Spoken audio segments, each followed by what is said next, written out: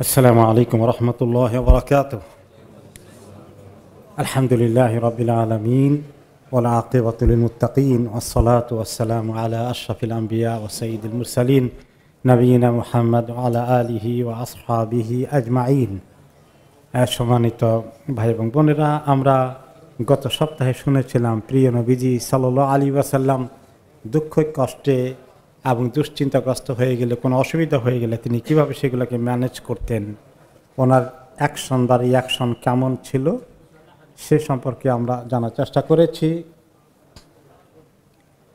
আর আজকে আমরা শুনব সেই লাইন এবং হাসি খুশি আনন্দ উৎসবেও তিনি কিভাবে অতিরিক্ত এক্সাইটেড হয়ে গিয়েছিলেন কিনা, এগুলো আমরা শুনেছিলাম গত সপ্তাহে। এখন দুঃখ কষ্টের মধ্যে সামান্য দিয়ে একটা জিনিস আমাদের অ্যাড করবো এখানে, যে তিনি সাধারণত ওনার দুঃখে কষ্টে কিছু এফেক্টেড হতেন। কষ্ট ওনার লাগতো আমাদের যেরকম কষ্ট লাগে, তিনি তো মানুষ। আর একটু দুঃখ বিপদে মানুষের মন নরম হয়ে যাওয়া, কিছুটা নরম হওয়া, এটা অস্বাভাবিক কিছু না, তাই না? বরং এটাই নর্মাল। আর এরকম না হওয়াটা আবার অস্বাভাবিক। তো তিনি এরকম স্বাভাবিক করেছেন, তবে তিনি যাতে করে অতিরিক্ত কষ্ট না হয়ে যায় ওকে, সে ব্যাপারে তিনি চেষ্টা করেছেন যে সমস্ত বিশেষ করে দিলগুলো খুব শক্ত, কোনো অবস্থায় চোখে পানি আসে না, কোনো অবস্থায় মানুষের দুঃখ বেদনায় নিজের মধ্যে এফেক্ট হয় না, তাহলে এরা তো খুব শক্ত কিছু অন্য কিসিমের মানুষ, এরা একজন ভালো মানুষ হওয়ার লক্ষণ না। তিনি এই জন্য আল্লাহ তাআলার কাছে দোয়া করেছেন, দোয়া করতেন নিয়মিত, আল্লাহুম্মা ইন্নী আউযু বিকা মিন ইলমিন লা ইয়ানফাউ ওয়া মিন কলবিন লা ইয়াখশাউ ওয়া মিন নাফসিন লা তাশবাউ ওয়া মিন দাওয়াতিন লা ইস্তাজাবু লাহা। হে আল্লাহ, আমি আপনার কাছে এমন ইলম চাই যে ইলম কোনো ফায়দা দেয় না। ইলমের ফায়দা কোনটা? যে জ্ঞান শিখি সেটা আমল করি, তাই না? এটা হলো ইলমের ফায়দা। আর যদি জ্ঞান শিখলাম কিন্তু কোনো আমলের ধারে কাছেও নেই, তাহলে এই জ্ঞানের ডিগ্রির উপর ডিগ্রি থাকলে কোনো ফায়দা হবে না। তাহলে তিনি এমন ইলম চেয়েছেন যেটা অনেক অনেক ফায়দা দিবে, ওনার নিজের মধ্যে ইলমের যে প্রভাব পড়ার কথা সেটা যেন পড়ে। অমিন কলবিন লা ইয়াখশাউ, আর এমন অন্তর থেকে আপনার কাছে পানা চাই যে অন্তরটা কখনোই নরম হয় না, শক্ত হয়ে থাকে, এরকম অন্তর থেকে, দিল থেকে আপনার কাছে পানা চাই। অমিন নাফসিন লা তাশবাউ, এমন মন থেকে যে মন কোনো দিন তৃপ্ত হয় না, যতই খাওয়া দাওয়া করলো না তৃপ্তি নাই, শুধু যতই রিজিক আসে তাতেই শুধু অভাব, তার কোনো দিন স্যাটিসফ্যাকশন হয় না, এরকম অবস্থা থেকে তিনি আল্লাহর কাছে পানা চেয়েছেন। তাহলে আমাদের মানে যা কিছু আল্লাহ দিয়েছেন এর উপরে সন্তুষ্ট থাকা, এটাও তিনি চেয়েছেন। আমি দাওয়াতিন লা ইস্তাজাবু লাহা, এমন দোয়া থেকে আপনার কাছে পানা চাই যে দোয়া আমি করব কিন্তু যে দোয়াকে কবুল করা হবে না। তাহলে এই কয়টা জিনিস থেকে তিনি পানা চেয়েছেন, তাই না? এগুলো সবাই দোয়াটা মুখস্থ হওয়া দরকার না? দেখি আমার সঙ্গে বলেন দেখি, আল্লাহুম্মা ইন্নী আউযু বিকা মিন ইলমিন লা ইয়ানফাউ ওয়া মিন কলবিন লা ইয়াখশাউ ওয়া মিন নাফসিন লা তাশবাউ ওয়া মিন দাওয়াতিন লা ইস্তাজাবু লাহা। এই সুন্দর দোয়াটা না, যে আল্লাহ আপনার কাছে পানা চাই ওই ইলম থেকে যে ইলম কোনো ফায়দা দেয় না, ওই দিল থেকে অন্তর থেকে যেটা কখনো নরম হয় না, ভীত হয় না আপনার ভয়ে, ওই অন্তর থেকে ওই মন থেকে যেটা কখনো তৃপ্ত হয় না, খালি হাহুতাস, অভাব অভাব, কমপ্লেইন, খালি শেকায়াত, এরকম নয়, আর যে দোয়া কবুল করা হয় না। এরপরে আমরা দেখি যে তিনি আসলে ওনার যখন কাঁদতেন, কান্নাটাও বা চোখে পানি আসতো, দিল নরম হতো, কিন্তু খুব চিৎকার, হাহুতাস, মানে যেটা মানুষ অনেক জোরে চিৎকার করে দুঃখ মুসিবতের খবর পেলে, ভেঙে পড়ে। মহিলারা কিছুটা নরম, তারা আওয়াজ করে কাঁদে, কিন্তু পুরুষরা আওয়াজ করে কাঁদা এরকম মহিলাদের মতো, এটা বেমানান। তিনি অনেক দুঃখে কষ্টে চোখে বহু পানি গিয়েছে, কিন্তু এরকম করে কখনো আওয়াজ করে তিনি রোদন করতেন না। এটা আমাদের জন্য শিক্ষা। তবে তিনি কাঁদতেন, এবং তিনি একটি হাদিসে বললেন একবার, লাউ তা'লামুনা মা আ'লামু লা দাহিকতুম কালিলা ওয়া লা বাকাইতুম কাসীরা। তোমরা যদি জানতে আমি যা জানি আখিরাতে কি যে হবে, জাহান্নামের আযাব কেমন হবে, এগুলো যদি জানতে তোমরা তাহলে খুব কমই হাসতে আর কাঁদতে অনেক বেশি। এই কথাটা তখন বললেন সাহাবাদেরকে লক্ষ্য করে, তখন ওনারা এই কথা ওনাদেরকে এত আসর করলো, এত এফেক্ট হলো, ফাগাত্তা আসহাবু রাসূলিল্লাহি সাল্লাল্লাহু আলাইহি ওয়াসাল্লাম উজুহাহুম ওয়ালাহুম খানিনুম মিনাল বুকা। তারা সবাই ওনারা যে স্কার্ফ বা চাদর কিছু পরতেন ওটা দিয়ে চেহারা ঢেকে ফেললেন, আর সবাই হু হু করে কাঁদতে থাকলেন। মানে কান্নাটা জোরে মুখের আওয়াজে করেন নাই, নাকের মধ্যে কান্নার আওয়াজ আসছিল। এটাকে বলে আরবিতে খানিন। কারণ ওনারা জানেন যে জোরে বিলাপ করা, এরকম করে চিৎকার করে কানাকাটি করা, এগুলো ওনার নিয়ম নয়। এই জন্য অনেক সময় দেখা যায় আমরা আবেগবশত কোনো দোয়া যখন করি সবাই মিলে, মানে কোনো কারণে এমন কান্নাকাটি করছে মাইকের মধ্যে, যে চিৎকার করে কান্না করছে, সবাই কান্নাকাটি করছে চিৎকার করে, এটা কিন্তু ওনার সুন্নাত ছিল না। তিনি চোখের পানি ছেড়ে দিতেন আল্লাহর কাছে, আর বাকি সবাই নিজেরাই আল্লাহর কাছে এভাবেই কাঁদতেন, কিন্তু উঁচু আওয়াজে মাহফিলের মধ্যে সবাই মিলে কান্নাকাটি, কান্নার রোল পড়ে যাওয়া, এরকম তিনি করেননি। আমাদের লোকেরা এখন আরাফাতের ময়দানে গেলেও এইরকম করে কোন ইমামকে পাওয়া যাবে তাকে দিয়ে একটু দোয়া করালে সবাই পিছনে উনি একটু জোরে জোরে কান্নাকাটি করবে না, সবাই একটু কান্নাকাটি করবে, কি মজা লাগে।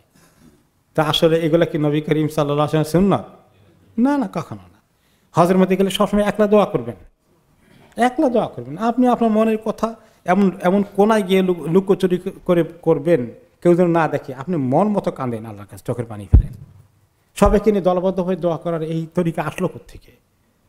জীবনে তো রাসূলুল্লাহ সাল্লাল্লাহু আলাইহি ওয়াসাল্লাম এভাবে করেননি সাহাবাদেরকে নিয়ে।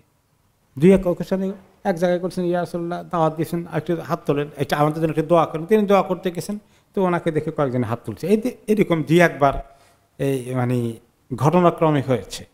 তিনি একটা অনুষ্ঠান ভিত্তিক কায়দা করে সবাইকে নিয়ে দোয়া করছেন, খুব কাঁদছেন, এটা ঘটেনি।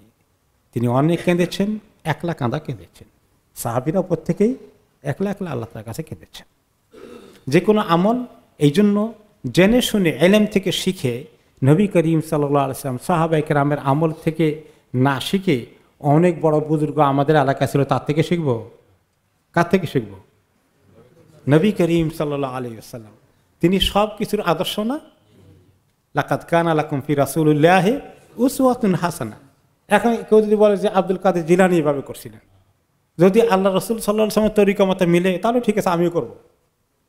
কিন্তু আব্দুল কাদের জিলানী রাহিমাহুল্লাহ যদি আল্লাহর নবী করিম সাল্লাল্লাহু আলাইহি ওয়াসাল্লামের তরিকা মতো না চলে, না মিলে, তাহলে আমি কেন এটা করতে যাব?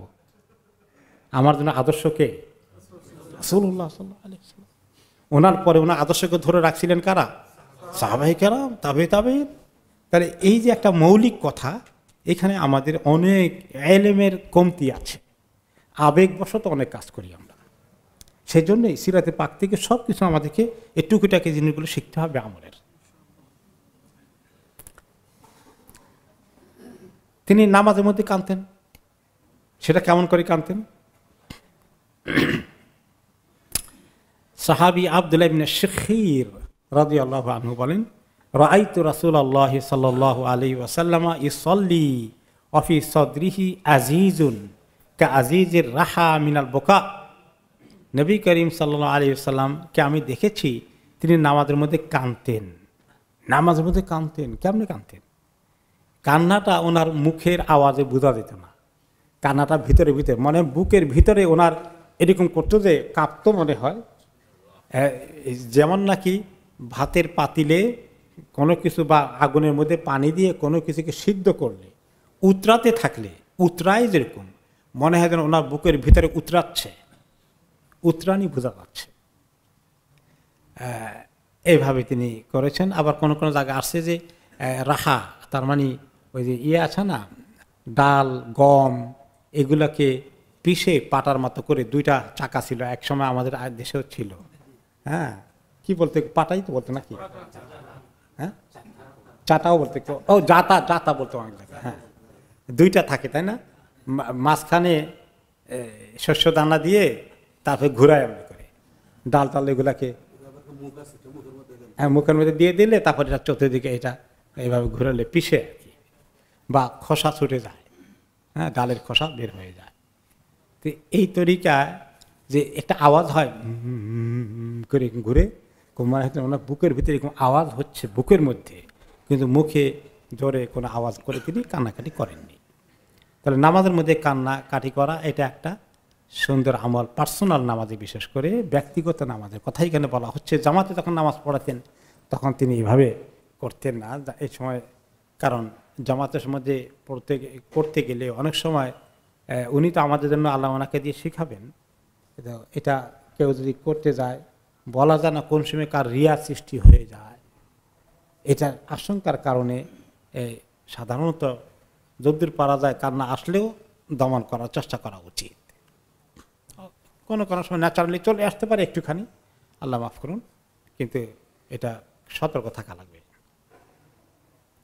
তিনি কোরআন তেলাওয়াত করলে কাঁদতেন, কোরআন তেলাওয়াত শুনলেও কাঁদতেন মাঝে মধ্যে। একবার নবী করিম সাল্লাল্লাহু আলাইহি ওয়াসাল্লাম ওনার প্রিয় সাহাবী আব্দুল্লাহ ইবনে মাসউদ রাদিয়াল্লাহু আনহুকে বললেন, আমাকে একটু কোরআন তেলাওয়াত করে শোনাও। তিনি বললেন, ইয়া রাসূলুল্লাহ, আপনার উপর কোরআন নাযিল হলে আমি শোনাবো?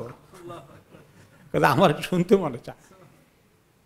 তিনি শোনালেন, অনেকক্ষণ পড়লেন, তেলাওয়াত করলেন, তিনি শুনছেন। তারপরে একটি আয়াতে সূরা নিসা থেকে পড়ছিলেন, 41 নম্বর আয়াতে যখন আসলো, বাদ আউযু বিল্লাহি মিনাশ শাইতানির রাজিম, ফাকাইফা ইযা জি'না মিন কুল্লি উম্মাতিন বিশাহীদ ওয়া জি'না বিকা আলা হাউলাই শাহীদা। এই আয়াতে আল্লাহ তাআলা তখন বললেন, কেমন হবে সেই সময়টা, সেই দিনটা, সেই মুহূর্তটা হে নবী, যখন আমি প্রত্যেক উম্মতের ব্যাপারে সাক্ষী দেওয়ার জন্য সাক্ষী নিয়ে আসবো। প্রত্যেক উম্মতের সাক্ষী কে হবেন? তাদের নবী হবেন সাক্ষী, প্রত্যেক উম্মতের। তাদের তিনি কতটুকু পৌঁছিয়েছেন তার উম্মতকে। উম্মত বলতে দুই রকম উম্মত, একটা হলো যে উম্মত কবুল করে তারাও যেমন উম্মত, আর যে উম্মত কবুল করেনি ওই সাময়িক লোকজন যারা ছিল কাফের হয়েছে, এরাও আরেক উম্মত। ওরা পজিটিভ উম্মত না, তারা কি নেগেটিভ উম্মত, যারা প্রত্যাখ্যান করেছে। ওই উম্মত মানে আসলে একটা ন্যাশন, জাতি, এই অর্থে আসে। আমরা মনে করছি উম্মত তো মানে তো আরেকটা অর্থ আছে, যে আমরা নবী করিম সাল্লাল্লাহু আলাইহি ওয়াসাল্লামকে অনুসরণ করি বিদায় উম্মত, এই অর্থ যেমন গ্রহণযোগ্য। আর যে কোনো জাতিকেও উম্মত বলা হয়, ন্যাশনকে উম্মত বলা হয়। তো ওই নবীর সময়ে যাদের সামনে আমি যে নবীকে পাঠিয়েছি সবাইকে নিয়ে আসবো। আর আপনাকে যখন থেকে পাঠিয়েছি আপনার পর থেকে কিয়ামত পর্যন্ত সমস্ত মানুষকে ডেকে নিয়ে আসবো, সমস্ত মানুষকে আপনার সামনে সাক্ষী দেওয়ার জন্য আপনাকে ডাকবো।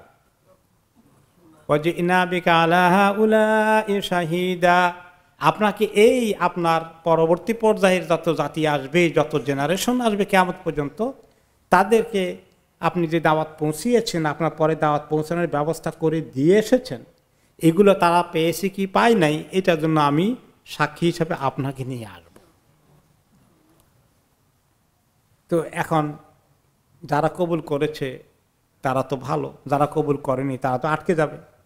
কবুল করলেও আল্লাহর মধ্যে আবার সব কি একরকম? কিছু আছে খুব জান্নাতি হয়ে যাবে। কবুল করেছে, মুসলিম হয়েছে, কিন্তু এখানে ত্রুটি, সেখানে ত্রুটি, এখানে কদুর নেক কাজ, ওখানে আবার কদুর গুনার কাজ, এরাও তো কিছু মুশকিলে পড়ে যাবে। আপনি ঠিকমতো সবাইকে বলে দিয়েছিলেন কিনা আমি প্রমাণ করব আপনাকে সাক্ষী হিসাবে এনে।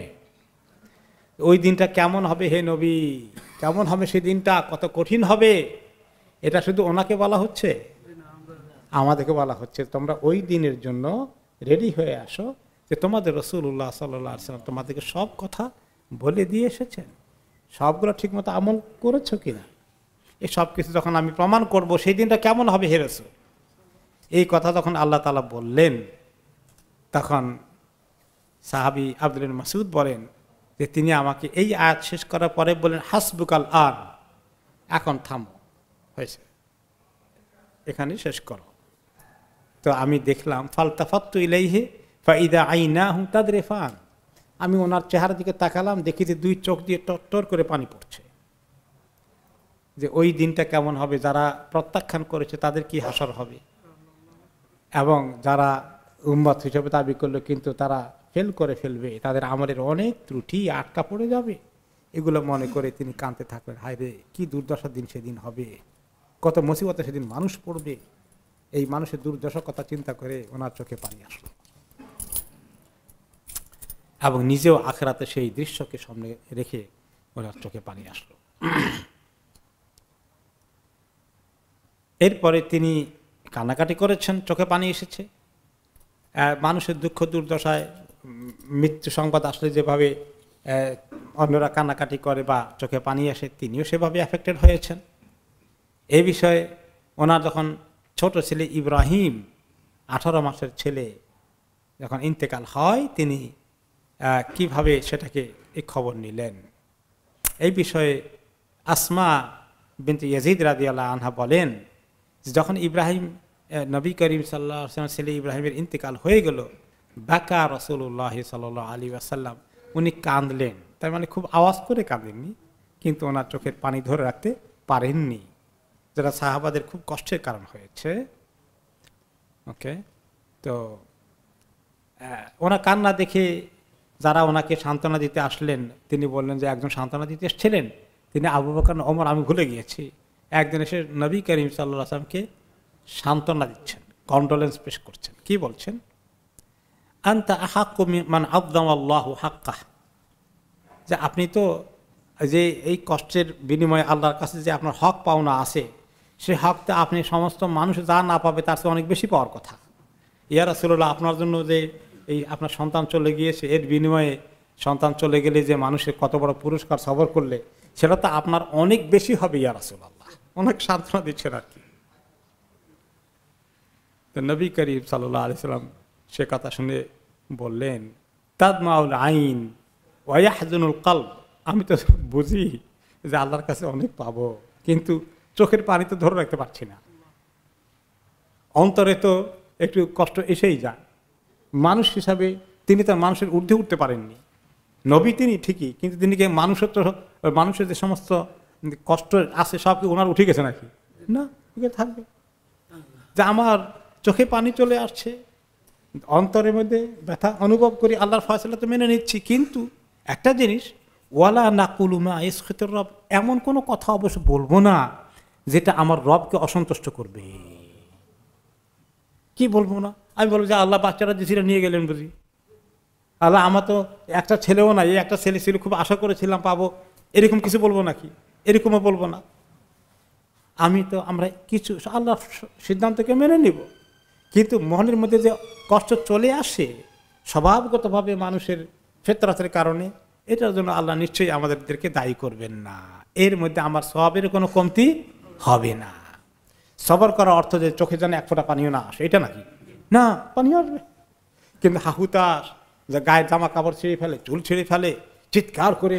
মানে বলছি না যে গ্রামের বাড়িতে, গ্রামের ওই মাথায় কেউ মারা গেলে ওই আরেক মাথা থেকে শোনা যায় একসঙ্গে কিরকম চিৎকার শুরু হয়ে যায়।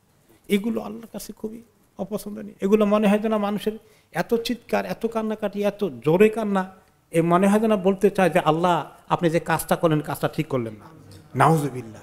ইনডাইরেক্টলি আল্লাহর কাজের উপরে আপত্তি এসে গেল। কতটা গভীর ব্যাপারটা বুঝতে পেরেছেন?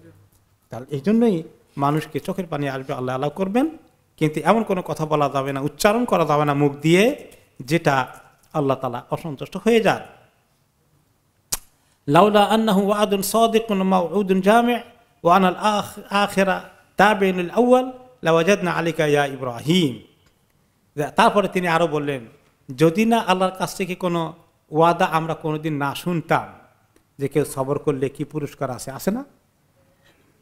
ওয়াবাশশিরিস সাবিরিন আল্লাযীনা ইযা আসাবাতহুম মুসিবা ক্বালু ইন্না লিল্লাহি ওয়া ইন্না ইলাইহি রাজিউন। সুসংবাদ দেন সমস্ত ধৈর্যশীলদেরকে, যাতে কোনো মুসিবতের খবর এসে গেলে তারা কি বলে?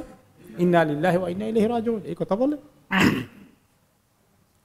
তাহলে উলাইকা আলাইহিম সালাওয়াতুম মির রাব্বিহিম ওয়া রাহমা ওয়া উলাইকা হুমুল মুফলিহুন। তাহলে এইরকম করে যারা ধৈর্যের সাথে দুঃখের সংবাদকে গ্রহণ করে, চোখের পানি আসে, তারপরে এমন কোনো মন্তব্য করে না, এমন কোনো চিৎকার করে না, এমন কোনোভাবে বিলাপ করে না, তাহলে তাদের জন্য আল্লাহর কাছে অনেক বড় পুরস্কার আছে। 3টা পুরস্কার বলেছেন। সবর করলে, মৃত্যু সংবাদে সবর করলে কটা পুরস্কার? 3টা পুরস্কার। কি কি? উলাইকা আলাইহিম সালাওয়াতুম মির রাব্বিহিম, আল্লাহর পক্ষ থেকে অনেক সালাওয়াত আসবে। সালাওয়াত মানে শান্তি, প্রশান্তি, আল্লাহর পক্ষ থেকে অনেক খাইর ও বরকত আসবে সালাওয়াতের মধ্যে। ওয়া রাহমা, রহমত আসবে। ওয়া উলাইকা হুমুল মুফলিহুন, এরা সত্যিকার কামিয়াব হয়ে যাবে। তা আল্লাহর কাছে কামিয়াব হয়ে গেলে আর কোনো দুঃখ থাকবে? তাহলে এই পুরস্কার আছে বিধায় তিনি বললেন, যদি না আল্লাহর কাছ থেকে এই সমস্ত পুরস্কারের সত্য কথাগুলার আল্লাহ যে আমাদেরকে দিবেন না জানতাম, আর যদি এটাও বুঝতাম যে একজনের পরে আরেকজনকে একদিন যেতেই হবে দুনিয়া থেকে, এটা যদি না বুঝতাম, তাহলে আমরা তোমার জন্য যে তোমার দুঃখ কষ্ট, যে কি কষ্ট আমাদের হতো ইব্রাহিম। কিন্তু আমরা যেহেতু বিশ্বাস করি সবর করলে অনেক পুরস্কার আছে, আর আল্লাহ তারা পাঠিয়েছেন সময় ঠিক করে দিয়ে, যাকে যখন নেওয়া নেবেন, একজনের পরে আরেকজনকে এবার যাওয়ার রাস্তা আল্লাহ তালা ঠিক করে রেখেছেন, না গিয়ে কোনো উপায় নাই। এগুলো না জানলে কি যে কষ্ট হতো হে ইব্রাহিম। তার মানে এগুলা জানার কারণে আমাদের কষ্ট কিছুটা হলেও কমার ব্যবস্থা আছে। আল্লাহর কাছে অনেক বড় নেকি আছে, সান্ত্বনা আছে, সেখানে সান্ত্বনা আছে, সান্ত্বনা আছে। আমরা অনেকে মা বাবাকে দেখিনি, হারিয়ে ফেলেছি, বিদেশে পড়ে আছি। এখন খুব আফসোস, চিৎকার না করে আমরা যদি সবর করি অনেক বড় পুরস্কার পেয়ে দেবো, আর দোয়া করব, এভাবে করে ডিল করতে হবে। তারপরে বললেন ওয়া ইন্না বিকা লামাহজুনুন, অবশ্যই সত্য কথা যে তোমাকে হারিয়ে আমরা অবশ্যই আমাদের কষ্ট হচ্ছে, এটা তো সত্য কথা। এই কষ্টটাকে আমরা মানে অস্বীকার করার কোনো উপায় নেই, কিন্তু আমরা এই কষ্টটাকে শেষ পর্যন্ত আল্লাহর দিকে নিয়ে পাওয়ার জন্য আশা আছে, সেটা দিয়ে মোটামুটি চেষ্টা করবো ব্যালেন্স করতে, সান্ত্বনা পাওয়ার জন্য। মুহতাদুন, সরি, তারা হেদায়েত পাবে। Thank you. মুফলিহুন তালিফ আমার মধ্যে যে উলাইকা আলাইহিম সালাওয়াতুম মির রাব্বিহিম ওয়া রাহমা ওয়া উলাইকা হুমুল মুহতাদুন। তারা 3টি পুরস্কার পাবে। একটা হলো সালাওয়াত, শান্তি, বরকত, অনেক কিছু, আর রহমত এবং হিদায়াত, এই 3টা পাওয়া যাবে সবার করলে। জাযাকাল্লাহু খাইরান। এরপরে ওনার ঠিক আরেকটি ঘটনা, ওনার যখন আরেক নাতি বা ওনার একজন নাতির যাতে বা নাতি বা নাতিনের যখন ইন্তেকাল হয়ে যায়, একটা নাতিনের ইন্তেকাল হয়ে যায়, আনাস রাদিয়াল্লাহু আনহু বলেন যে আমরা দেখেছিলাম নবী করিম সাল্লাল্লাহু আলাইহি ওয়াসাল্লাম যখন কবর দিচ্ছেন, কবর দেওয়ার পরে কবরের উপরে পাশে দাঁড়িয়ে আছেন, দাফন করা বাকি মাটিগুলো দেওয়া হচ্ছে। ফারাআইতু আইনাইহি তাদমাআন, দেখতে পেলাম ওনার 2 চোখ দিয়ে পানি পড়ছে ঝরঝর করে।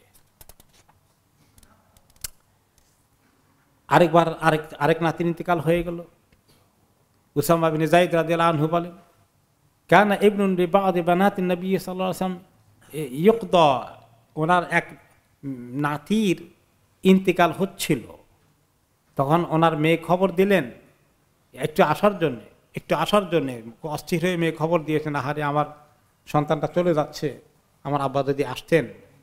তিনি খবর পাঠালেন, তিনি আসলেন, দৌড়ে গেলেন, এমনি খবর দিলেন আগেই যে আমি আসতেছি, তাকে বলো ও ইন্না লিল্লাহি মা আখাদ, তাকে বলে দাও যে আল্লাহ রাইট আছে, যাকে তিনি যখন নিয়ে যেতে চান উঠাই নিতে চান, এটা আল্লাহর রাইট আছে, আমরা দিতে হবে, আল্লাহর রাইট, আল্লাহর অধিকার। ওয়ালাহুমা আতা, আর তিনি যেটা দেবেন দেওয়ারও ওনার অধিকার আছে, তিনি দেবেন, তিনি দিতে চাইলে কেউ আটকাতে পারবে না, নিতে চাইলে কেউ মানা করার কোনো সুযোগ নেই। কুল্লুন ইলা আজালি মুসাম্মা, এবং প্রত্যেকটি সৃষ্টিকে, প্রত্যেকটি মানুষকে, প্রত্যেকটি মানব সন্তানকে তিনি নির্দিষ্ট হায়াত দিয়ে পাঠান, একদিন আগেও নেন না, একদিন পরেও নেন না। তো তা হায়াত যতদিন আছে ততদিনই থাকবে, তখন তিনি নেবেনই হায়াত শেষ হয়ে গেলে। ফাল তাসবির আল তাহতাসিব, কাজে তার উচিত সে যেন সবর করে, সবরের বিনিময়ে অনেক বড় পুরস্কারের আশা যেন করে। সবর করলে কয়টা পুরস্কার? 3টা, সালাওয়াত, রাহমা এবং হিদায়াত। এগুলার তিনি ইঙ্গিত দিলেন।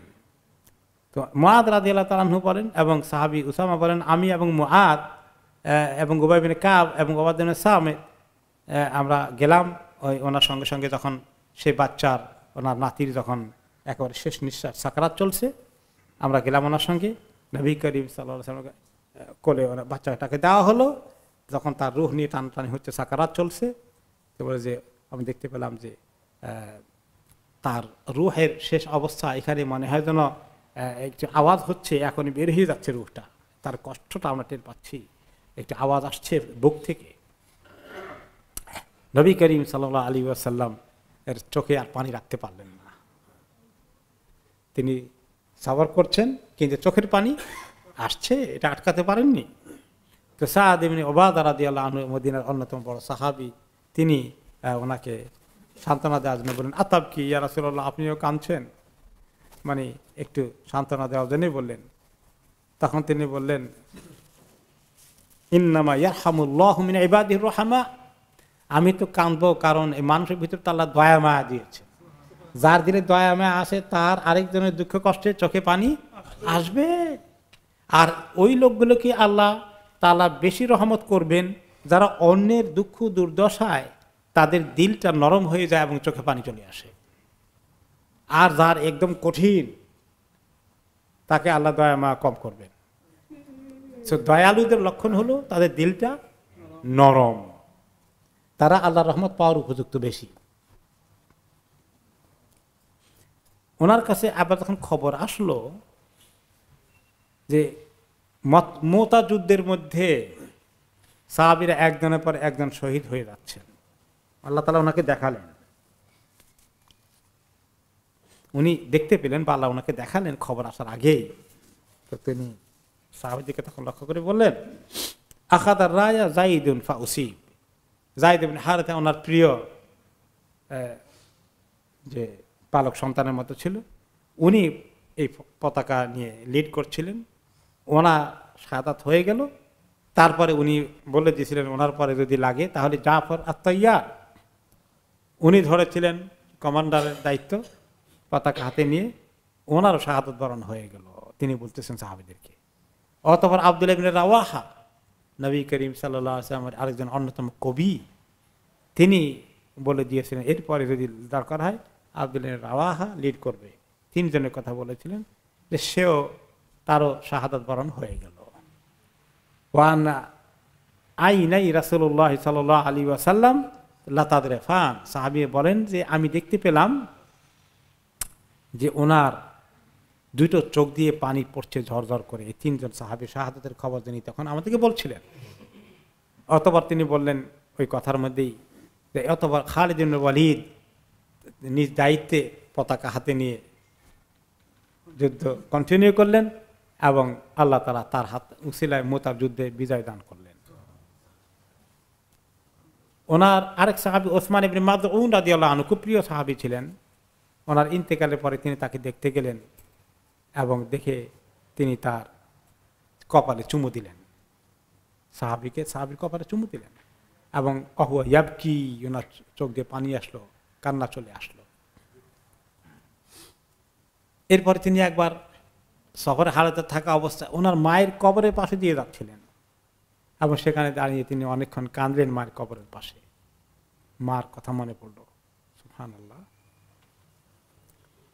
তিনি ইতিমদেরকে দেখলে তিনি কাঁদতেন যে তাদের পিতামাতা দুনিয়া থেকে চলে গিয়েছেন, তাদের দুঃখে তিনি কাঁদতেন।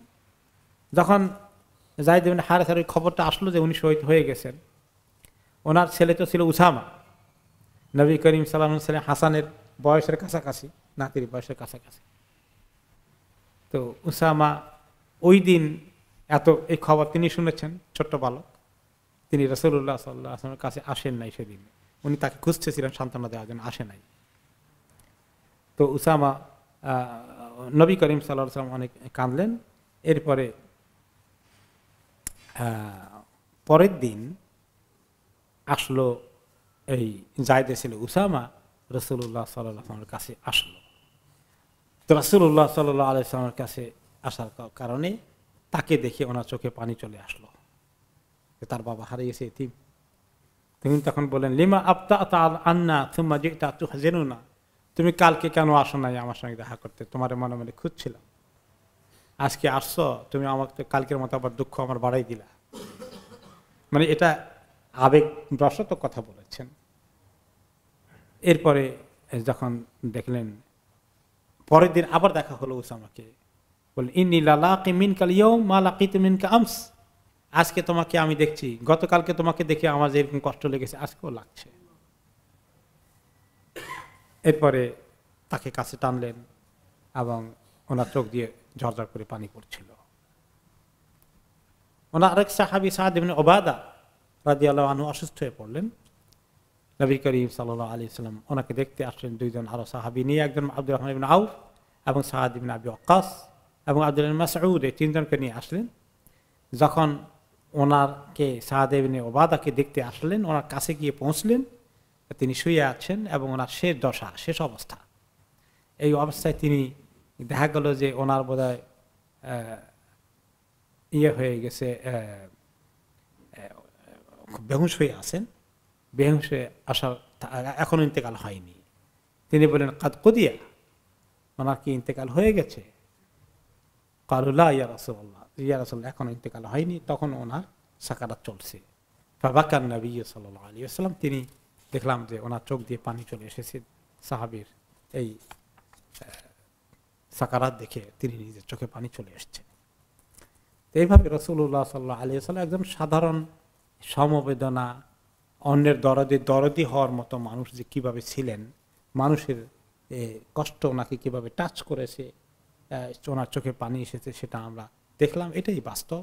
এভাবেই মানুষকে অন্যের দুঃখে কষ্টে নিজের সমবেদনা চলে আসা, ব্যথিত হওয়া, এগুলা নবী করিম সাল্লাল্লাহু আলাইহি ওয়াসাল্লামের কাছ থেকে পাওয়া একটা সুন্দর সুন্নাত। এগুলোই উত্তম মানুষের জীবনে হওয়া দরকার। এরপরে আমরা আরেকটি গুণের দিকে আজকে যাব ওনার, সেটা হচ্ছে ওনার আচার ব্যবহারের ভদ্রতা, নম্রতা, শিষ্টতা। আচার ব্যবহারে খুব অমায়িক হওয়া এবং কখনো কঠিন না হয়ে নরম হৃদয়ের সাথে মানুষের ব্যাপারগুলোকে ডিল করা, এটার ব্যাপারে তিনি সাংঘাতিক গুরুত্ব দিয়েছেন এবং আল্লাহ তাআলা এটাকে অনেক পছন্দ করেছেন। বিশেষ করে এমনকি ওনার দুশ্মনকেও তিনি, তাদের উপর অভিশাপ নাজিল হোক, যারা অনেক কষ্ট দিয়েছে, কখন এটা করেননি। তিনি তাদেরও কল্যাণ চেয়েছেন, তাদের ব্যাপারেও তিনি কল্যাণকামী ছিলেন।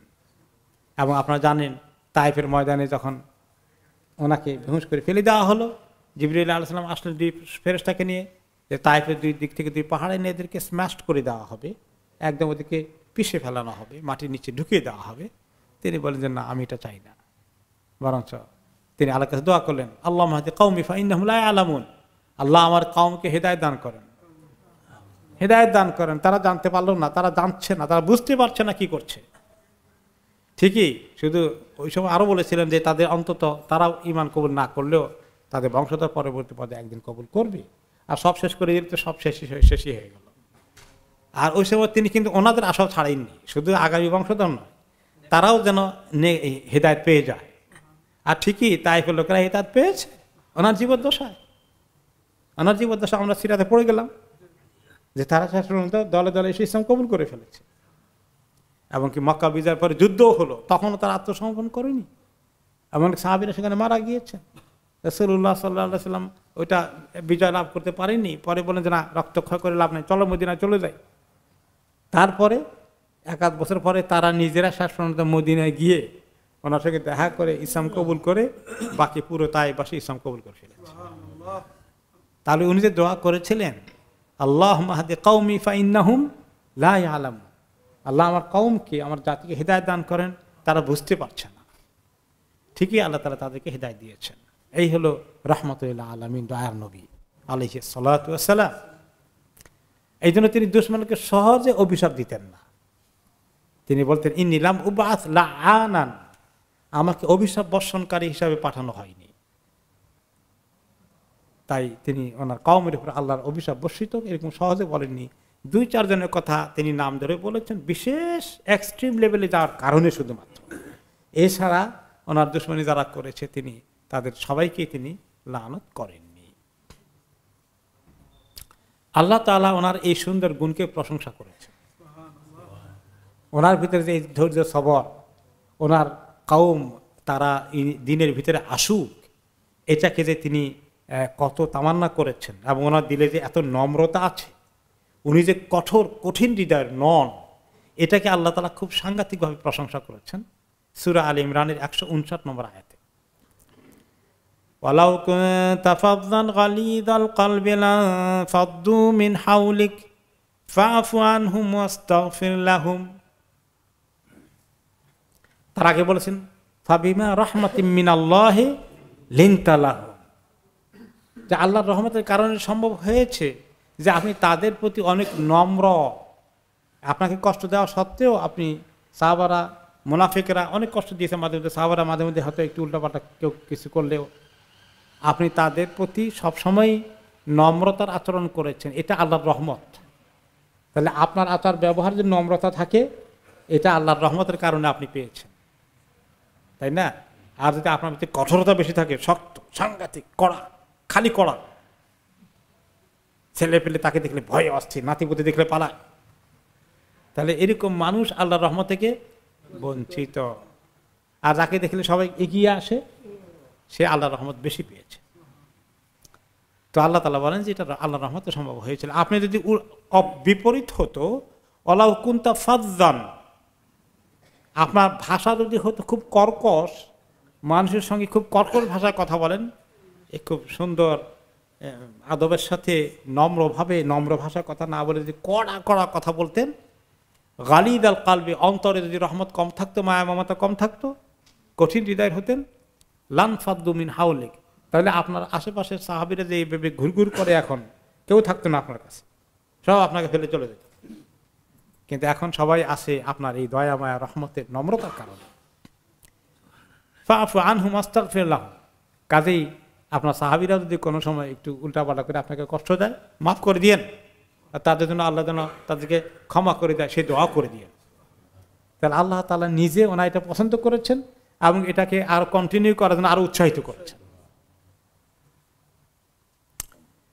আরেকটি আয়াতে, এটা ছিল সূরা আলে ইমরান 159 নম্বর আয়াতে, আর সূরা আল হিজরের 88 নম্বর আয়াতে আল্লাহ তাআলা বলেন ওয়াকফিদ জানাহাকা লিল মুমিনিন, আপনার স্কন্ধকে, আপনার কাঁধকে মুমিনদের জন্য নিচু করে দেন। তার মানে তারা যেন আপনার কাছে আসতে খুব আগ্রহ পায়, ভয় পায় না, ওনার কাছে গেলে সর্বনাশ, এরকম যেন না হয়। আপনার কাছে আসছে তারা খুব ইজি ফিল করে, যে কোনো সময় আসতে চাইলে আসতে পারবে, এরকম একটা সুন্দর আপনি ব্যবহার তাদেরকে দেন। আপনার স্কন্ধকে নিচু করে দেন, ওকে, আপনাকে নম্র করে দেন, তারা কথা বলার জন্য যেন কনফিডেন্স থাকে। এরপরে কেউ যদি কোনো সময় উল্টাপাল্টা কিছু করে ফেলে, আপনাকে কষ্ট দেয়, সেটাকে কিভাবে ডিল করবেন? বিশেষ করে আল্লাহর দুশমনগুলো যারা এখন ইসলাম কবুল করেনি, আপনাকে কষ্ট দেয়, উল্টাপাল্টা কথা বলে আপনার বিষয়ে, ওয়াসবির আলা মা ইয়াকুলুন ওয়াহজুরহুম হাজরান জামিলা। সূরা আল মুজাম্মিল 10 নম্বর আয়াত আল্লাহ তাআলা বলছেন, তারা যা কিছু উল্টাপাল্টা আপনার বিষয়ে বলে আপনি সবর করেন। অনেক ভালো ভালো মানুষের ব্যাপারে কিছু লোকে উল্টাপাল্টা অপপ্রচার করে, বলে কিনা বলেন? অনেক ক্ষেত্রে আসে এরকম। কত ভালো মানুষ, তার ব্যাপারে মিডিয়ার মধ্যে অনেক লেখে শুনে তাকে একেবারে সাংঘাতিক ক্রিমিনাল হিসাবে সাব্যস্ত করছে। কোনো সময় দুশ্মনী করে মানুষ একজন ভালো মানুষের ব্যাপারে খামাখা বদনামি ছড়িয়ে দিচ্ছে। এগুলো মানুষকে অনেক অ্যানয়েড করে, অনেকে মানুষ কষ্ট দেয়। তো কি করা যাবে, কিছু লোকের এগুলা আসে, এটা সঙ্গে সঙ্গে রিয়াকশন, সঙ্গে সঙ্গে চটে যাওয়া, সঙ্গে সঙ্গে তার প্রতিশোধ নেওয়া, এগুলো ঠিক নয়। তো আপনি সবার সাথে এগুলা ডিল করেন, যাতে কিছু বলে ওয়াহজুরহুম হাজরান জামিলা, তারা যদি আপনার দিনের দাওয়াত কবুল না করে, তাহলে তাদেরকে খুব সুন্দরভাবে আপনি একটু বর্জন করেন বা এড়িয়ে যান, সুন্দরভাবে তাদের কাছ থেকে সরে আসেন, তাদের সঙ্গে বেশি উঠা বসা খুব না করে আপনি নিজেকে একটু নিরাপদ লাইনে চলে আসেন। এই সুন্দর ভাবে তাদেরকে ত্যাগ করা, হাজরান জামিলা, সুন্দর করে তাদেরকে ত্যাগ করেন বা এড়িয়ে চলেন, এটা তাফসির কি? এটা তাফসিরের মধ্যে সূরা মুজাম্মিলের 10 আয়াতে তাফসিরে উলামা কেরাম বলেছেন, মুফাসসিরিন কান, আল্লাহ তাতাআররাদা লিখাসমিকা বিশাই, যে আপনার দুশমনী করলো তার সঙ্গে আপনি ঝগড়া করতে যাবেন না। ঝগড়া করে লাভ আছে? ঝগড়ার মধ্যে কোনো ফায়দা হয় না। সাধারণত যদি আলাপ আলোচনা করে কেউ বুঝে আর বুঝাতে পারে ভালো, যখন বুঝানো যাবে না, বুঝবেও না, তখন কি করব? তখন ওয়াইদা খাতাবাহুমুল জাহিলুনা ক্বালু সালামা। মূর্খ লোকের মাথা যদি মানে আচরণ করে, যে মানে বুঝতে চায় না, তাহলে তার সঙ্গে বেশি কন্টিনিউ না করে আস্তে করে সালাম দিয়ে কেটে পড়ো। এরপরে তাআররাদা লাকা তাজাহালতা, সে যদি তোমার দিকে ধেয়ে আসে, তুমি তাদেরকে পাল্টা ধেয়ে যাওয়ার দরকার নেই। সে একটা তোমাকে নিয়ে লাঠি নিয়ে এগিয়ে আসে, তুমি লাঠি আরেকটা নিয়ে তার দিকে এগিয়ে যাও, দরকার নেই। জাস্ট অ্যাভয়েড করা, সেফলি চলে আসো। এইভাবে করে আল্লাহ তাআলা বলেছেন। এমনকি এমনভাবে ছেড়ে দিও না যে তার সঙ্গে তোমার সম্পর্ক কেটে যাও। তুমি মোটামুটি ভাবছো ঠিক আছে, আপনি কষ্ট পেয়েছেন, ঠিক আছে, আমরা একটু বুঝতে পারছি না, আচ্ছা ঠিক আছে এখন থাক, আমরা যাই। এভাবে না করে, আর তোমার ভালো কথা বলছে, তুমি কিছু বুঝবে না, যাও, তোমার সঙ্গে কোনো কথা হবে না, ভাগো এখান থেকে, তোমার সঙ্গে কথাই বলবো না কোনদিন। এটা নাম হলো খারাপ করে ত্যাগ করা। আর ভালো করে ত্যাগ করা অর্থ যে আচ্ছা ঠিক আছে, এখন আমাদের মধ্যে আন্ডারস্ট্যান্ডিং হচ্ছে না, এটা শুধুমাত্র দিনের দুশ্মনদের ব্যাপার না, আপনার আত্মীয় স্বজনের মধ্যে হতে পারে, শ্বশুর জামার মধ্যে হতে পারে, তাই না, এই কাজিনদের মধ্যে হতে পারে, জামাই শ্বশুরের মধ্যে হতে পারে, যে ঠিক আছে আমরা যে মনে হচ্ছে যে না আমাদের একটু বুঝের অভাব হয়ে গেছে, আমরা কেউ কাউকে বুঝাতে পারছি না, এখন আর থাক, যদি আল্লাহ তাআলা তৌফিক দেয় কোনো সময় আমরা বোঝার চেষ্টা করি, দেখা যায় পরে আলাপ করবো, এখন আর দরকার নেই। সুন্দর করে এখানে থেমে যাওয়া। তা না করে যদি আচ্ছা তরফে গালিগালাজ করে শুরু করে দেয়, তারপরে কোনোদিন আবার সম্পর্কটা জোড়াও লাগে, তখন কেমন লাগবে? আরে আমার এরকম গালি দিয়েছিল, আমি এরকম গালি দিয়েছিলাম, মনে পড়বে না? তার এত মানে কড়া কথা বলেছি, সে আমাকে এত মানে কড়া কথা বলেছে, এটা আপনাকে দংশন করবে অথবা তাকে দংশন করবে, এবং আর কোনোদিন সে আপনার কাছে আসার মতো সুযোগ থাকবে না। আপনাকে দেখলে এই দিক দিয়ে আসতেছেন, সে ওদিকে চলে যাবে। কিন্তু যদি বলেন যে না থাক, এখন আর আমরা তর্ক করি না, জিনিসটা সুবিধা হয় নাই, আমরা দেখা যাক, আল্লাহ তাআলা আমাদেরকে বুঝ দান করুক, আসসালামু আলাইকুম, আরেক সময় কথা হবে, আস্তে করে সম্মানের সাথে কেটে পড়লেন, সম্পর্ক কাটা হলো না। বুঝতে পেরেছেন? তার সঙ্গে আপনি আর কন্টিনিউ করলেন না, কিন্তু সম্পর্কটা কাটা হয়ে গেল না। ঠিক তেমনি মনে করেন বিয়ে শাদী থেকে শুরু করে অনেক সময় তালাক হয়ে যায়, সেক্ষেত্রেও যদি সম্পর্কটা শেষ করতে হয় তাহলে সুন্দর করে কথাবার্তার মাধ্যমে শেষ করে নেওয়া ভালো না, নাকি একেবারে দেন দরবার করে বদনামি যা আছে সব বলে দরবার বসিয়ে তারপরে করে শেষ করে দেওয়া। এর মধ্যে কোনো ভালো কিছু আছে? হয়তোবা কোনোদিন হইতে পারে যে মনে করেন আপনি মরে গেলেন, সেও মরে গেল, যদি খুব ঝগড়া করে খুব কটু কথা বলে তাকে বিদায় করে দেন, আপনি মরে গেলে আপনার জন্য দোয়া করবে, আর তার মন থেকে দোয়া আসবে না। কিন্তু যদি মোটামুটি খুব তর্ক বিতর্ক হয়েছে, আপনার কিছু দোষ বা তার কিছু ছিল, তাহলে সে হারে খামাখা আমরা তর্ক করছিলাম, বেচারা কত ভালো মানুষ ছিল, আমার সঙ্গে তো এত খারাপ ব্যবহার করে, আপনার চোখে পানি আসবে তার জন্য, আপনি তার জন্য আল্লাহর কাছে দোয়া করবেন, তাই না? তো এরকম সম্পর্ক যখন ছিন্ন হয়ে যায়, সেটাও আমরা খুব খারাপভাবে ছিন্ন না করে যদ্দূর পারা যায় মোটামুটি একটু কথাবার্তা স্বাভাবিক করে, ঠিক আছে আল্লাহর হুকুম, এটা ওয়াক করলো না, আমরা এটা শেষ করে দিই, আল্লাহ যেন আমাদের সবাই রাস্তা খুলে দেন, সবাইকে যেন আল্লাহ তাআলা মাফ করে দেন। এইভাবে করে আমরা কেটে পড়লে দুনিয়াতেও ভালো, আখিরাতেও ভালো। এই জন্য আল্লাহ তাআলা বলেছেন ওয়াহজুরহুম হাজরান জামিলা, তাদেরকে বর্জন করুন সুন্দর তরিকায়, খারাপ তরিকায় বর্জন করার দরকার নেই। আল্লাহ তাআলা ওনাকে আরো শিখিয়েছেন সূরা ফুসসিলাতের 34 নম্বর আয়াতে, ওয়ালা তাস্তাবিল হাসানাতু ওয়ালা সাইয়্যা ইদফা বিল্লাতী হিয়া আহসান ফাইদাল্লাযী বাইনাকা ওয়া বাইনাহু আদাওয়াতুন কাআন্নাহু ওয়ালিয়্যুন হামীম। কোনোদিন কোনো সময়ই মন্দ পদ্ধতি আর ভালো পদ্ধতি একরকম হয় না। আচার, ভালো ব্যবহার, খারাপ ব্যবহার কোনোদিন বরাবর হয় না। ভালো আর মন্দ কোনোদিন বরাবর হয় না। কাজেই ইদফা বিল্লাতী হিয়া আহসান, কাজে কোনো জিনিস যদি আপনাকে ফেস করতে হয়, অকওয়ার্ড সিচুয়েশন, আপনি একটা খারাপ পরিস্থিতির সম্মুখীন হয়েছেন, তাহলে আপনি যদ্দূর পারেন মোটামুটি একটু ভালো তরিকায় এটাকে সরান। খুব খারাপ তরিকায় সরাইতে হলেও ভালো তরিকায় সরান। আপনার তৌফিক অনুযায়ী একেবারে খুব খারাপ অবস্থা না নিয়ে মোটামুটিভাবে একটু ভালোই শেষ করে দেন। ফাইদ আল্লাহ দিয়ে বাইনা কাবাইন আদাবাতুন কান্নাহু আলিয়ুন হামিম।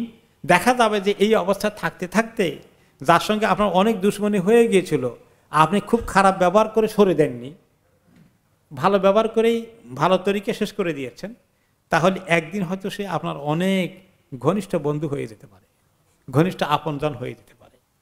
সেই বলবে, আপনাকে দেখলে বলবে, আরে লোকটার সঙ্গে খামাকা তর্ক করেছি, তাকে খামাকা কষ্ট দিয়েছি, আপনার কাছে এসে সে দেখবেন যে হয়তো তার ভুল বুঝতে পেরেছে, এখন সে আলহামদুলিল্লাহ আপনাকে অনেক ভালোবাসছে, আপনার কাছে এগিয়ে এসেছে। কারণ কি, যে আপনি দুর্ব্যবহার করেননি। যদি সে খারাপ জিনিস করার কারণে আপনিও খারাপ ব্যবহার করতেন, তাহলে সে এইভাবে আর আসতো না। সে একতরফা খারাপ ব্যবহার করেছে, আর আপনি একতরফা ভালো ব্যবহার করে কোনো রকমে আপনি সরে এসেছেন। এই জন্য একদিন না একদিন চিন্তা করতে করতে তার মাথায় একটা ভালো চিন্তা এসেছে, সে আপনার কাছে চলে এসেছে, এবং আপনি দেখবেন যে সে আর দুশ্মনী করছে না, আপনার মনে হয় আপনজন হয়ে গেছে। কথাগুলো বাস্তব কিনা বলেন? এর অপোজিট হয়ে গেলে ঠিকই, এর বিপরীত হয়ে গেলে খারাপের দিকেই যেতে থাকে সমানে। এরপরে আল্লাহ তাআলা সব নবীদেরকে তাই করেছেন, শুধু ওনাকে এই নম্রতার পদ্ধতির কথা বলেননি। যখন তিনি ইয়েকে পাঠালেন, মুসা আলাইহিস সালাম এবং তার ভাই হারুন আলাইহিস সালাম কার কাছে পাঠালেন? ফিরআউনের কাছে। নসিহত করে দিলেন, যাবা তো দাওয়াত দিতে যাও, শোনো কথা শোনো, কিন্তু কিছু তোমাদেরকে নসিহত করি। ইযহাবা ইলা ফিরআউনা ইন্নাহু তাগা, ফিরআউনের কাছে যাও, সে অনেক সীমা লঙ্ঘন করেছে। ফাকুলা লাহু কাওলান লাইয়িনা, কথাবার্তা বলবা, তার সঙ্গে দাওয়াত দিবা যে খুব নরম ভাষায় দিও, কিন্তু নম্রতার সাথে। আপনি সব কি করতেছেন উল্টাপাল্টা, আপনি কেমনি এত বড় রব হয়েছেন, এইভাবে যদি শুরু করে দেয় সে যা বড় হয়েছে, তাহলে সে কোনো কথা শুনবে? তাকে এভাবে তোমরা তোমাদের কথা বলো, এই আশায় লা আল্লাহ, এই আশা করে লা আল্লাহ তাযাক্কারা আও ইয়াখশা, এই আশা করে যে হয়তোবা সে নসিহত গ্রহণ করবে, হয়তোবা সে আল্লাহকে ভয় করবে, এই আশা করে নম্রতার সাথে কথা বলে। আচ্ছা, সে কি নসিহত গ্রহণ করবে? আল্লাহ কি জানতেন না এটা? সে যে আল্লাহকে ভয় করবে না, এটা কি অ্যাডভান্স আল্লাহ জানতেন না? তো এটা বললেন কেন? এটা তো আল্লাহ জানেন, আল্লাহ তাআলার কাছে সেটা আছে। তোমরা তোমাদের কাজ যখন করবা, দাওয়াতি কাজ, তোমরা তোমাদের পদ্ধতি, তোমাদের অপটিমিস্টিক থাকো, এবং তোমরা পজিটিভ থাকো, এবং তোমরা এই পদ্ধতি বাইরে দাওয়াতি কাজ করা জায়েজ নাই। কথা শুনবে, না শুনলে কিন্তু আল্লাহ তাআলা দিব আপনার 12টা বাজিয়ে। এটা নাকি না, তাকে আপিল করেন যেভাবে দাওয়াতি কাজ করতে হয়। উদু ইলা সাবিলি রাব্বিকা বিল হিকমাতি ওয়াল মাউইদাতিল হাসানা, আরো কত নসিহত আল্লাহ তাআলা করেছে, এইভাবে করেন। এতে বোঝা গেল সব নবীদেরকেই আল্লাহ তাআলা এরকম এই পদ্ধতি শিখিয়েছেন। এটাই আমরা যদি মুসলিম হই, নবীদের তরিকায় আমরা খারাপ যদি কেউ ব্যবহার করে, তার মোকাবিলা আমরা খারাপ ব্যবহার করাটা ঠিক হবে না। আরেক নবীর কথা আল্লাহ তাআলা বলছেন, ইব্রাহিম আলাইহিস সালামের কথা, ক্বালা আরাগিবুন আনতা আন আলিহাতি ইয়া ইব্রাহিম লাইন লাম তানতাহি লাআরজুমান্নাকা ওয়াহজুরনি মালিয়া। সূরা মারইয়ামের ৬৬ নম্বর আয়াতে ইব্রাহিম আলাইহিস সালামের পিতা ইব্রাহিম আলাইহিস সালাম যখন তাকে তাওহীদের দাওয়াত দিলেন, ইব্রাহিম আলাইহিস সালাম যখন পিতাকে তাওহীদের দাওয়াত দিলেন, তখন পিতা কি বলল? আরে সর্বনাশ, আরাগিবুন আনতা আন আলিহাতি ইব্রাহিম, আমার এতদিনের মাবুদগুলোকে তুমি ওদের থেকে মুখ ফিরিয়ে নিচ্ছ, তুমি ওদের ইবাদত করবা না? এটা কি বলছো তুমি? হে ইব্রাহিম, তুমি যদি এই কাজ থেকে, এই চিন্তা থেকে বিরত না থাকো, তাহলে আমি তোমাকে পাথর মেরে হত্যা করব। এত মারাত্মক কথা। ওয়াহজুরনি মালিয়া, আর আমাকে তুমি আমার কাছ থেকে চিরদিনের জন্য তুমি একদম আমাকে ত্যাগ করে চলে যাও, তোমাকে আমি আর কোনো দিন সন্তানের পরিচয় দিতে চাই না, সোজা কথা এই জাতীয় থ্রেট দিয়ে দিলেন। ইব্রাহিম আলাইহিস সালাম রিয়াকশন করছেন বাবার, কি বললেন? ক্বালা সালামুন আলাইক, আপনার প্রতি সালাম বাবা। সাস্তাগফিরু লাকা রাব্বি, আমি আমার রবের কাছে আল্লাহ যেন আপনাকে মাফ করে দেন দোয়া করতেই থাকবো। ইন্নাহু কানা বি হাফিয়া, আল্লাহ তাআলা আমার প্রতি অনেক দয়া পরবশ। তাহলে উনি পিতার কথাগুলোর মোকাবিলায় অত্যন্ত নম্রতার সাথে জবাব দিয়েছেন, ওনার মতো করে দেননি। নবী করিম সাল্লাল্লাহু আলাইহি ওয়াসাল্লাম ওনার এই আমাদের সবাইকে তিনি খুব করে নসিহত করেছেন কিভাবে আমাদের জীবনে আমরা এই সুন্দর নম্রতার পদ্ধতি ব্যবহার করব, ব্যক্তিগত জীবনে, পারিবারিক জীবনে, সামাজিক জীবনে, সাংগঠনিক জীবনে, ব্যবসায়িক জীবনে, সব জায়গায় কিভাবে নম্রতা, কোনো জায়গায় কঠোরতা যেন আমরা না করি। এইভাবে অনেকগুলো হাদিস আমরা চট করে তার তর্জমাগুলো শুনে যাই। তিনি কি বলেছেন, ইন্নাল্লাহা ইউহিব্বুর রিফকা ফিল আমরি কুল্লি, আল্লাহ তাআলা প্রত্যেকটি বিষয়ে নম্রতার সাথে করা পছন্দ করেন। বাচ্চা পড়াবেন, বাচ্চাকে মানুষ করবেন, স্বামী স্ত্রী সম্পর্কের ক্ষেত্রে নম্রতাকে আল্লাহ পছন্দ করেন। ঠিক আছে, প্রত্যেকটি বিষয়, ব্যবসা বাণিজ্য থেকে শুরু করে চাকরি বাকরি সব জায়গায় নম্রতা, নম্রতা, কঠোরতা না। আরেকটা হাদিসে তিনি বলেছেন, ইন্না রিফকা লা ইয়াকুনু ফি শাইইন ইল্লা জানা, যখনই নম্রতা কোনো বিষয়ে যোগ করা হয় তাহলে সেই কাজটা অনেক সুন্দর হয়ে যায়। ওয়ালা ইউনজাউ মিন শাইইন ইল্লা শানা, আর যে সমস্ত ব্যাপার থেকে, বিষয় থেকে, কোনো একটা কেস থেকে এই নম্রতাকে উঠিয়ে নেওয়া হয়ে যায় তখন বিষয়টা অনেক অসুন্দর হয়ে যায়। যেখানে কঠোরতা, কড়া, বদমেজাজ এগুলো ব্যবহার করা হয়েছে সেখানে বিষয়টা সুন্দর হয়েছে না খারাপ হয়ে গেছে? সেখানে খারাপ হয়ে যাবে। এরপরে তিনি আরো দোয়া করেছেন যে কেউ যদি উম্মতের কোনো দায়িত্ব পালন করে, কোনো দায়িত্বশীল হয় কোনো জায়গায়, তাহলে সেই জন্য তাদের প্রতি নম্রতার আচরণ করে। তিনি আল্লাহর কাছে দোয়া করেছেন, আল্লাহুম্মা মান রাফিকা বি উম্মতি ফারফুক বিহি, আল্লাহ যে আমার উম্মতের লোকদের প্রতি সদয় আচরণ করে, ভালো ব্যবহার করে, আপনিও তার প্রতি সদয় আচরণ করুন। এরপর আরেকটি হাদিসে তিনি বলেছেন, ইযা আরাদাল্লাহু আযজা ওয়া জাল্লা বি আহলি বাইতিন খাইরান আদখালা আলাইহিম রিফক, কোনো ঘরওয়ালাকে, কোনো বাড়িওয়ালাদেরকে যদি আল্লাহ তাআলা খায়ের দিতে চান, ভালো কিছু দিতে চান, ওই ঘরের সদস্যদের মধ্যে আচার ব্যবহারের মধ্যে অনেক নম্রতা দান করেন। পিতা মাতা অন্যরা ছোটদের প্রতি অনেক আদর, মায়া, মমতা, দয়া, মায়া ব্যবহার আছে। আর যেখানে বেশি কড়া, শুধু ধমক, তাহলে সেখানে কি রহমত থাকে? আর এরপরে ছেলেপেলেগুলো সব অন্য লাইনে চলে যাবে, পিতা মাতার অবাধ্য হয়ে যাবে, তাদেরকে তারা হারাবে। এবং এই সমস্ত দেশে যদি আপনি বেশি কড়া হন, এমনকি ইসলামের দিকেও আনতে চান বাচ্চাদেরকে, তাদের কিছু বদভ্যাস দূর করতে চান, শুধু বকাবকি করলে, ধমক দিতে থাকলে কয়দিন শুনবে? ছোট বয়সে যখন কিছু তার সুযোগ নাই তখন শুনবে, বড় হয়ে গেলে তেড়ামি করবে, এক পর্যায়ে আপনাকে ফেলে এই দেশের ব্যবস্থা আছে চলে যাওয়ার জন্য, আছে কিনা বলেন? পিতা মাতাকে ছেড়ে দিয়ে তার নিজস্ব অ্যাকোমোডেশনে চলে যাবে, এরকম বহুত ঘটনা হচ্ছে। তাহলে পরিবারের মধ্যে এই নম্রতার আচার ব্যবহার, স্বামী স্ত্রী, স্ত্রী স্বামীর প্রতি ব্যবহার যেন নম্রতা হয়, কড়া ব্যবহার, দুর্ব্যবহার, অসৎ ব্যবহার যেন না হয়, সৎ ব্যবহার, ছেলে মেয়ে, ভাই বোন সবার ভিতরে। আরেকটি হাদিসে তিনি বলেছেন যে ইয়া আয়েশা ইন্নাল্লাহ রাফিকুন ইউহিব্বুর রিফক ওয়া ইউতি আলা রিফকি মা লা ইউতি আলাল উনফ, হে আয়েশা, আল্লাহ তাআলা নিজে খুব নম্রতা পছন্দ করেন, তিনি নিজে অনেক নম্র, তিনি নিজেও অনেক নম্র, মানুষকে সহজে তিনি শাস্তি দিতে চান না। আর তিনি চান যে প্রত্যেকটি বিষয়ে তার সৃষ্টিও যেন নম্রতার আচরণ করে, এবং তিনি নম্রতার পদ্ধতির মাধ্যমে এমন কিছু দেন, কঠোরতার মাধ্যমে যা তিনি কখনো দেন না। নম্রতার মাধ্যমে অনেক কিছু দেন, কঠোরতার মধ্যে যা তিনি দেন না। কথাটা বুঝে আসছে? বিশেষ করে ছেলে মেয়েকে মানুষ করতে হলে কিন্তু এখানে এটা সাংঘাতিক। অনেকে আমাদের মেজাজ এমন, বাবাকে দেখলে ছেলে মেয়ে ভয় করে, কথায় কথায় ধমক, হবে না, খুব আদর করে বুঝাই বুঝাই দিনের মধ্যে রাখতে হবে, তা না হলে শয়তানের সমস্ত রাস্তা খোলা আছে আমাদের ছেলে মেয়েদেরকে নিয়ে যাওয়ার জন্য।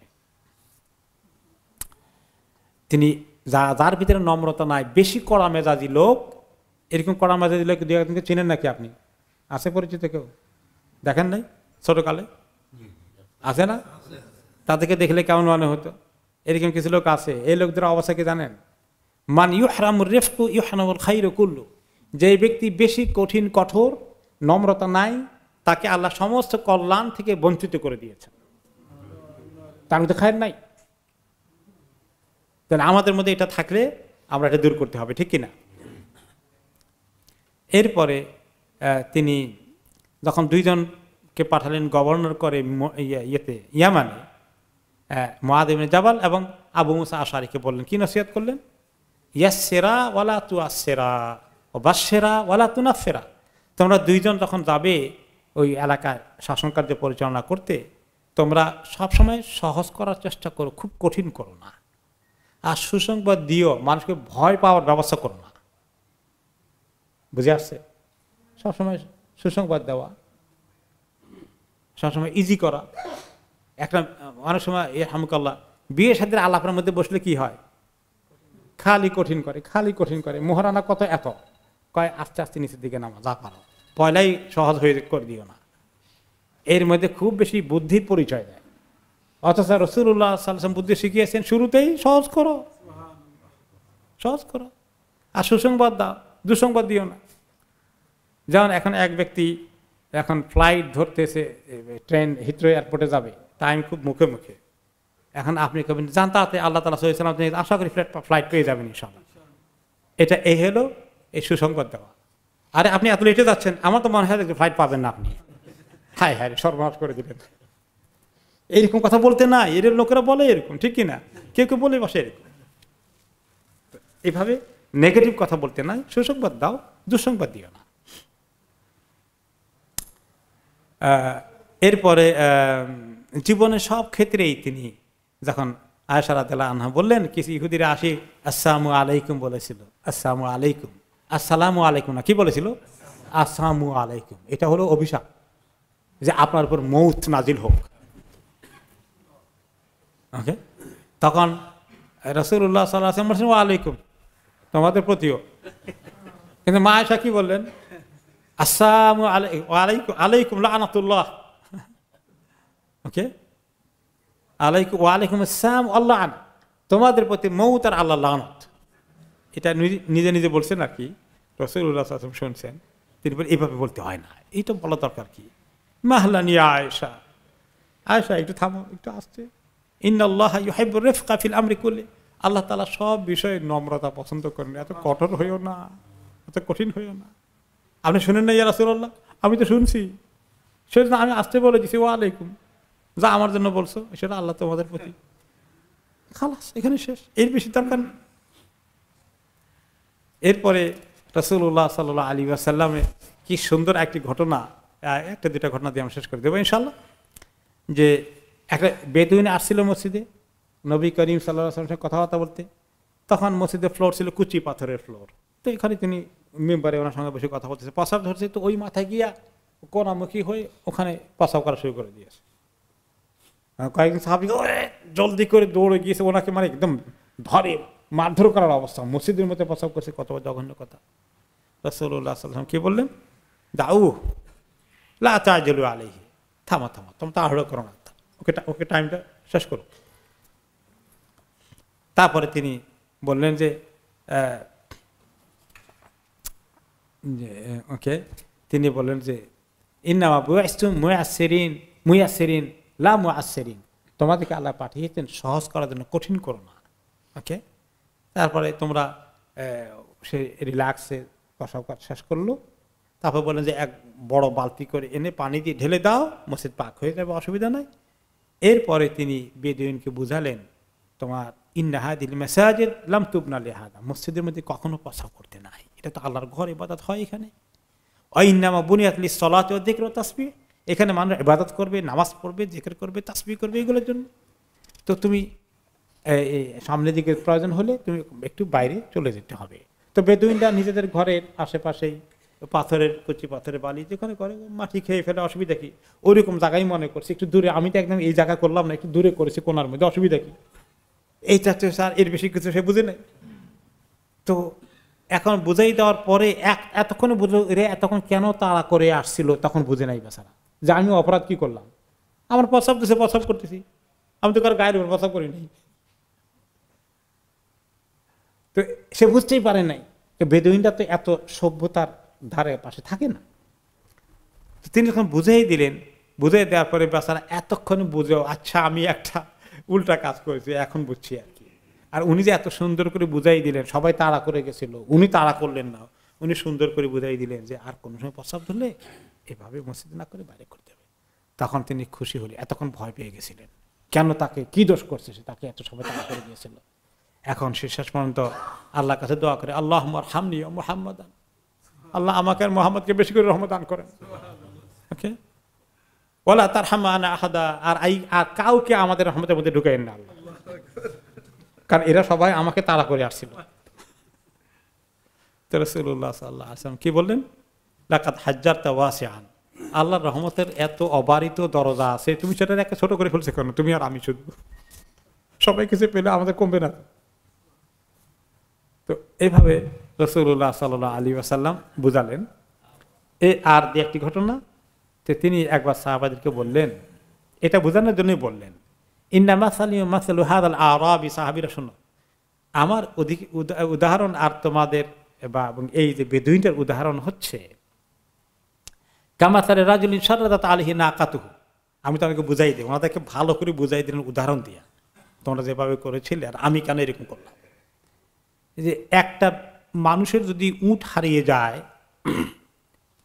এখন উটটা পালিয়ে গেছে, এখন এটাকে ধরার জন্য সবাই মিলে যদি উটের পিছনে ধাওয়া করে, উটে এখন ঘাবড়ে যাবে, ঘাবড়ে গিয়ে উট খালি সামনে দিকে দৌড়তেই থাকবে। তো এরকম যদি হয়, একজন লোকের উট হারিয়ে গেছে, ধরার জন্য বেচার চেষ্টা করলে কিন্তু উটটা ভেঙে যাচ্ছে, তখন সবাই মিলে এটার পিছনে ছুটছে। এই কিছুক্ষণ পরে তখন সেই লোকটা বললো যে এখন তার এই ছুটা দেখে উটে এখন ভয় পেয়ে গেছে, উটে এখন খালি দৌড়ে আর দৌড়ে। তখন সে লোকটা চিৎকার করে বলল, খাল্লু ইলাইয়া না কাতি, আমার উটটা আর আমাকে ছেড়ে দাও, তোমরা যাও, আমি উটকে ডিল করি। ওকে, হাত্তা ইদা তাফাররাকু, যখন সবাই চলে গেল, তখন সে কি করলো, কিছু ঘাস টাস নিয়ে সে আস্তে আস্তে উটের কাছে গিয়ে উটকে দেখালো ঘাস খাওয়ার জন্য, এদিকে আসো, ঘাস নিয়ে তার সামনে প্রেজেন্ট করলো। প্রেজেন্ট করার পরে এরপরে শেষ পর্যন্ত আসার পরে সে তাকে উটটাকে ধরলো, ধরে তারপরে সে তার কাছে নিয়ে আসলো, উটটা সে ইজিলি পেয়ে গেল। তিনি বলেন যে এইভাবে তোমরা ধাওয়া করছিলা, এতে করে সে তো আরো ধরতে মানে পালাতো ইসলাম থেকে, যে ইসলাম এত কঠিন জিনিস নাকি, না বুঝে একটা কাজ করেছে। তো কোনো কোনো সময় আপনি দেখবেন যে আমাদের ছোট ছোট ছেলেপেলেরা মসজিদে মাঝে মধ্যে একটু দুষ্টামি করে ফেলছে, ওরে বাবারে কি চিৎকার, মুরব্বি তাকে দেখে এমন চিৎকার করে যে বাচ্চারা ভয় পেয়ে যায়, কখন মসজিদে আসার মতো তাদের হিম্মত থাকে না। এই যে একটা বদমেজাজি ভাব, এবং ছোটখাটো ত্রুটি করলে, এই তুমি ওযু করছো বাচ্চা, তোমার বয়স কত, এগুলো শিখে এখন এটা ওযু হলো নাকি, কি নামাজ পড়লা তুমি, তোমার নামাজ হলো নাকি, এভাবে করলে কি শিখলো? তাহলে আপনার প্রতি বিরক্ত, সে আর শিখার কোনো আগ্রহ থাকবে না। আমাদের এগুলো লার্ন করতে হবে। আমরা অনেকে এখন বয়স্ক হয়ে গেছে, আমাদের নাতি নাতিন হয়ে গেছে, এগুলো শিখাইতে হবে। এইভাবে ঘরের পরিবেশকে তৈরি করতে হবে, সমাজের পরিবেশকে তৈরি করতে হবে। কোনো একটা জিনিস আপনি একসঙ্গে থাকলে সবাই একরকম না, মিস্টেক করবে, মিস্টেকটাকে আমরা একটা বড় ক্রাইম হিসাবে, তাকে ক্রিমিনাল বানানো দরকার নাই। এভাবে করে আমরা সুন্দর করে ইসলাহের কাজ করতে পারি, তাই না? ভ্যারি ফাইনাল একটা স্টোরি, মুআবিয়া ইবনে হাকাম রাদিয়াল্লাহু আনহু একজন সাহাবী, তিনি একজন বেদুইন ছিলেন। তো তিনি বলেন যে আমি একবার যখন আসছিলাম রাসূলুল্লাহ সাল্লাল্লাহু আলাইহি ওয়াসাল্লামের কাছে, তিনি আমাকে কিছু আমল শিখালেন। বলেন, ইদা আতাস্তা ফাহমাদিল্লাহ, হাঁচি দিলে কি বলবা? আলহামদুলিল্লাহ বলবা। ওয়াইদা আতাসা আল আতিসা ফাহমাদিল্লাহ ফাকুল ইয়ারহামুকাল্লাহ, তোমার সামনে কেউ হাঁচি দিয়ে আলহামদুলিল্লাহ বললে তুমি তাকে বলবা কি? ইয়ারহামুকাল্লাহ। ইয়ারহামুকাল্লাহ অর্থ কি? আল্লাহ তোমার প্রতি রহমত নাজিল করুন, ওকে, এই কথা দোয়া করবা। বলেন, তা আবার আরেকদিন আসছি বহুদিন পরে, এমনি মদিনায় থাকেন না, মদিনা থেকে বাইরে থেকে আসেন। তো আবার আসছি, আমি একদিন নামাজ পড়ছি, নামাজ পড়ার সময় তো আমার পাশে একজন হাসি দিচ্ছিল, হাসি দেওয়ার পরে সেই বাচ্চারা আলহামদুলিল্লাহ বলছে, তো আমিও বলছি ইয়ারহামুকাল্লাহ।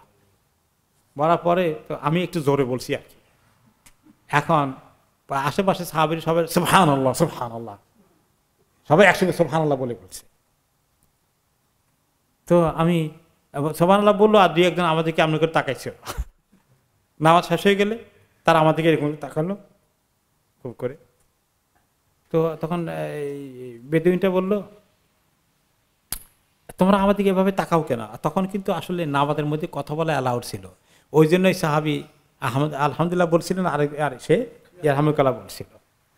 তো যখন এইভাবে তাকালো নামাজের ভিতরে, আমি বললাম মা লাকুম তানজুরুনা ইলাইয়া বিআইন সাজা, তোমরা আমার দিকে এইভাবে মানে রাগের চক্ষু নিয়ে তাকাচ্ছ কেন? তোমরা নামাজের ভিতরে বলতেছে, নামাজের ভিতরে টুকটাক কথা বলা তখন জায়েজ ছিল। যেমন একজন আসি নামাজ যোগ দিল, দিয়ে বলবো যে এখন কয় নম্বর রাকাত চলতেছে, এরকম কথাবার্তা বিগিনিংয়ে অ্যালাউড আসিল। হ্যাঁ, তো পরবর্তী পর্যায়ে যে এটা নিষেধ হয়ে গেছে, এই বেচারা আর এটা জানতো না। যা হচ্ছে আমাদেরকে তাকাও কেন তোমরা, তখন তারা এটার জবাব না দিয়ে সুবহানাল্লাহ বলতেছে। আবার সাব্বাহু, সুবহানাল্লাহ বলা জায়েজ আছে। তারপরে নামাজ শেষ হয়ে যাওয়ার পরে রাসূলুল্লাহ সাল্লাল্লাহু আলাইহি ওয়াসাল্লাম বলেন মানিল মুতাকাল্লিম, কে কথা বলেছিল? তো বলো যে এই বেদুইনটা বলছে, হাদার আরাবী। নবী করিম সাল্লাল্লাহু আলাইহি ওয়াসাল্লাম আমাকে ডাকলেন, বলে যে আল্লাহর কসম, আমার মা বাবার খিদমতে উৎসর্গিত হয়ে যাক, যে উনি আমাকে এত সুন্দর করে জিনিসটা বুঝাই দিলেন, আমি জীবনে এত সুন্দর শিক্ষক আর দেখিনি। ফাওয়াল্লাহি মা নাহারানি, আমাকে একটুও ধমক দিলেন না, ওয়ালা দরাবানি না, আমাকে একটু শাস্তির ব্যবস্থা করলেন এটাও না, ওরা শাতামানি, আমাকে বকাবকিও করলেন, বরং শুধু এই কথা বললেন ইন্না হাদিহিস সালাহ লা ইয়াসলুহু ফিহা শাইউম মিন কালামিন নাস, এই যে নামাজ পড়লে তুমি, এই নামাজের মধ্যে মানুষের কোনো কথা বলা আর জায়েজ নেই, কোনো কথা বলা যাবে না, শুধু আল্লাহ যে সমস্ত জিকির তাসবিহ এবং যে তেলাওয়াত করার কথা সেটার মধ্যে সীমাবদ্ধ। ইন্নামা হুয়া তাসবিহ ওয়া তাকবীর ওয়া কিরাআতুল কোরআন, তাসবিহ তাকবীর কিরাআত এক কোরআন এগুলাই পড়া কথা। এটা এইভাবেই তুমি না সামনের দিকে নামাজ পড়বে, এখন থেকে নামাজের মধ্যে আর কথা বলা জায়েজ নেই। তো এই যে না জানার কারণে তাকে কিভাবে তিনি শিখালেন, আর অন্য সাহাবীরা যেভাবে শেখাতে গিয়েছিলেন সেটা রাইট তরিকা ছিল না। তা আমরা বিশেষ করে মুরব্বীরা ছোটদেরকে যখন ডিল করব, তখন কিন্তু এই জিনিসটা মাইন্ডে রাখতে হবে যে তারা অনেক মিস্টেক করবে, তাদেরকে আমরা খুব দয়া করে মায়া করে সুন্দর করে শেখাইতে হবে। মুখের ভাষাটা সুন্দর হওয়া যে কত বড় নিয়ামত, আর রুড হওয়া, কর্কশ ভাষী হওয়া যে কত বড় ক্ষতি।